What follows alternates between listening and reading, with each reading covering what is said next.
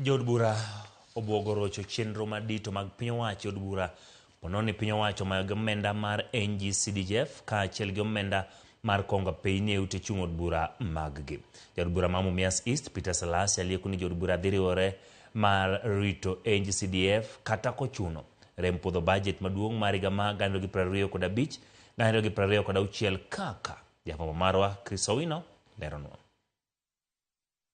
Jo od bura chano mako sirikal mamalo mafuanda e nyim od bura kendo rocho chenro duto mag sirikal oni jatend piny William Ruto okoloko pache ewi kawo omenda mar kongo apeyni mar RMLF. Jo od bura buogo mar puodho budget manyien mar sirikal oni sirikal omayogi omenda mar dongruok mar NGCDF kod omenda machielo mar RMLF. If the president is the one who has taken the matter into the court, we'll go to him and stop the business of the house, maybe touching on key issues that he will need. Like right now, we are almost getting 2 months to the budget, right? We will also get him there, and governors we are also getting them here. E giko juma mokalo e kaunti Manarok, jatend piny William Ruto ne okwayo mondo piny owacho kawo bilion 10.5 mar kongo apeyni kayo mar kelo theke kind jood bura kod governors, wach ma okwed kod jo od bura. The roads, the funds that do the feeder road, Kera is Kenya rural roads, Kura is Kenya urban. Meaning, one takes care of urban areas, the other one in rural areas. Those are national government sagas. And therefore, saying that you are taking that money back to national government is a contradiction because it's not consistent because it's already there. What we do is basically just oversighting.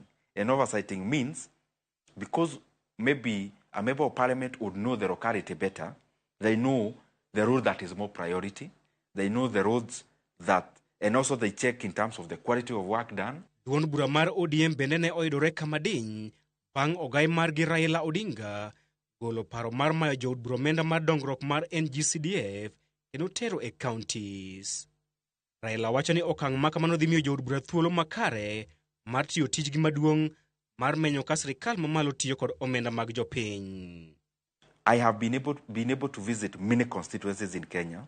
We continue to see better impact for CDF every succeeding year because everything gets refined with time.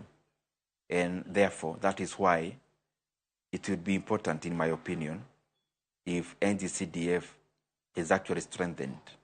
Jood bura Mumias East Peter Salasya wacho ni okang' mar mayo jood bura omenda mar NGCDF kendo miyo sirikal mamalo en chenro matemo duoko piny teko mag jood bura enono ka sirikal tiyo kod omenda mag jopiny. They want us to be going to the parliament, to the president, to the state house, to be begging, and that will be also compromising with what? With oversight. It's the same way when they take it to the governor. Because now we don't agree, maybe you don't support the governor. Now he's the one who is having these roads. It's okay? So again, you'll have to go and beg again to him. He will say, no, I'm not taking that development.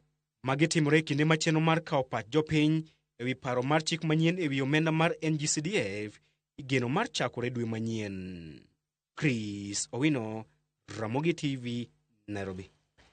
Ramogi tok ywaruok mano ma jood bura kawo ywa mokwongo kata kamano kik idhi mabor pod wantiere kod mathoth mwaikoni e chenro mar Ang'i Chwelo.